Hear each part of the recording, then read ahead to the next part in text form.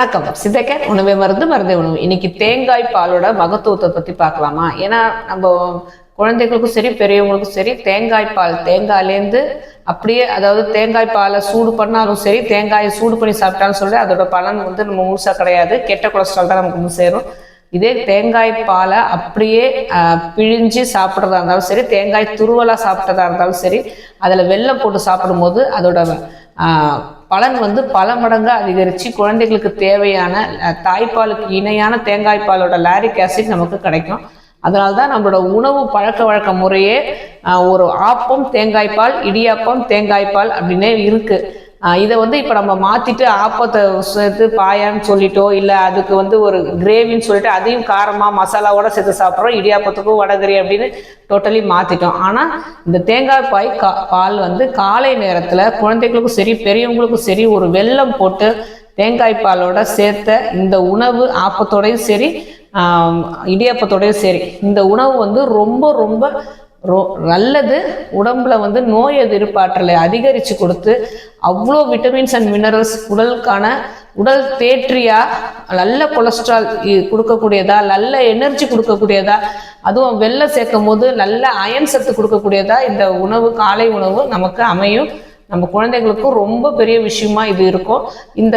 அதில் தான் பூண்டு கஞ்சியில் செய்யும் போது பூண்டு வெந்தயமும் போட்டு அரிசியோட சேர்த்து வேக வச்சு எடுத்த பிறகு தேங்காய் பாலை அந்த சூட்டோட போட்டு கிளறி சாப்பிடும் போதும் இந்த காலை உணவு இது மாதிரி வாரத்துக்கு 3 தடவைனாலும் குறைஞ்சது நம்ம இந்த தேங்காய் பாலை காலை உணவோட சேர்த்து எடுத்துக்கும் போது நமக்கு அதுவும் முக்கியமாக குழந்தைகளுக்கு இந்த நோய் எதிர்ப்பாற்றல் அதிகமாகி மேனி மினுமினுப்பும் அதிகமாகி அவங்களுக்கு அன்னைக்கு தேவையான full energy full and full அவங்க நல்ல கொலஸ்ட்ரால் உடம்புல இன்க்ரீஸ் ஆகி நல்ல எனர்ஜி கிடைக்கும். தேங்காய் பாலை நம்ம மாற்றா யூஸ் பண்ணாமல் அது ஒரு சிறந்த உணவாக, மெயின் உணவாக நம்ம தேங்காய் பாலை நம்ம முன்னோர்கள் பயன்படுத்தின மாதிரியே நம்மளும் பயன்படுத்திட்டே வரலாம். வேற ஏதாவது உணவோட சேர்த்து சாப்பிட முடியல அப்படின்னா தேங்காய் பாலை வெல்லம் போட்டு அவங்களுக்கு தாராளமாக பால் குடிக்கிறதுக்கே குடிக்கலாம். இந்த தேங்காய் பாலை ஃப்ரீஸ் பண்ணி இப்போ லேட்டஸ்டாக தேங்காய் பாலை சூடு பண்ணாமல் அதை ஃப்ரீஸ் பண்ணி ஐஸ்கிரீமாக செஞ்சு கூட ஒரு சிலர் கொடுக்குறாங்க. அதுவும் கொஞ்சம், அதாவது அது ரொம்ப கரெக்டுன்னு நான் சொல்ல மாட்டேன். ஆனால் குழந்தைகளுக்கு நம்ம எப்படியாவது கொடுக்கணுங்கிற பட்சத்தில் இந்த தேங்காய் பாலை ஃப்ரீஸ் பண்ணி தாராளமாக கொடுக்கலாம். இந்த தேங்காய் பாலை ஃப்ரிட்ஜில் கொஞ்சம் நேரம் வைக்கும் போது மேலே கீழே தண்ணி போயிட்டு மேலே அதோட வெண்ணெய் மாதிரி ஒரு படிமணம் வருது. அதை எடுத்து கூட நம்ம ஒரு க்ரீம் மாதிரி செஞ்சு குழந்தைங்களுக்கு ஏதாவது இட்லிக்கு தொட்டுட்டு கூட கொடுக்கலாம். இந்த தண்ணியை சாதாரணமாக நம்ம குடிக்கிறதுக்கு எடுத்துக்கலாம்.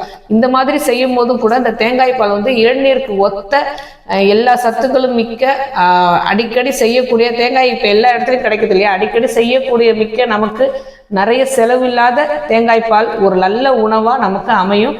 அதனால தேங்காய் பால் முடிஞ்சா வாரத்துக்கு 3 முறை, குறைந்தது 3 முறையாவது குழந்தைகளுக்கும் சரி பெரியவங்களுக்கும் சரி தேங்காய் பால் யூஸ் பண்ணி நிறைய, அதாவது டிஷ்ஷஸ் காலையில் செய்கிற இடியாப்பம் தேங்காய் பால், ஆப்பம் தேங்காய் பால், இது எல்லாமே இடியாப்பமும் சரி 2 தடவை வேக வைக்கிறோம். ஏன்னா அரிசி மாவு ஊற வச்சு அரைச்சி அதை ஒரு வேக வச்சு அதை காய வச்சு வச்சுருக்கும் போது திரும்பவும் சுட தண்ணி ஊற்றி அதை வேக வச்சு வைக்கும் போது ஈஸியாக செரிமானம் ஆகிறது.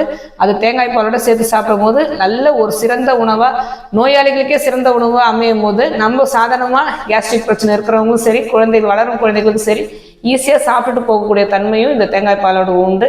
அதனால தான் திரும்பவும் சொல்கிறோம், தேங்காய் பாலை ஒரு ஆப்பம் இடியாப்பத்துக்கு சைட் டிஷ்ஷாகவும் சேர்த்துக்கிட்டு அதை சைட் டிஷ்ஷை மாற்றாமல், ஆப்பம் தேங்காய் பாலுக்கு ஒரு மசாலா சாமான் சைட் டிஷ்ஷாக மாற்றாமல் தேங்காய் பாலோட சேர்த்து சாப்பிடும் போது முழு பலனும் நமக்கு கிடைக்கும். ஆரோக்கியமே வாழ்வோம். வேறு எதை பற்றி பேசணும் நீங்கள் நினச்சாலும் சரி தாராளமாக கமெண்ட் பண்ணுங்கள்.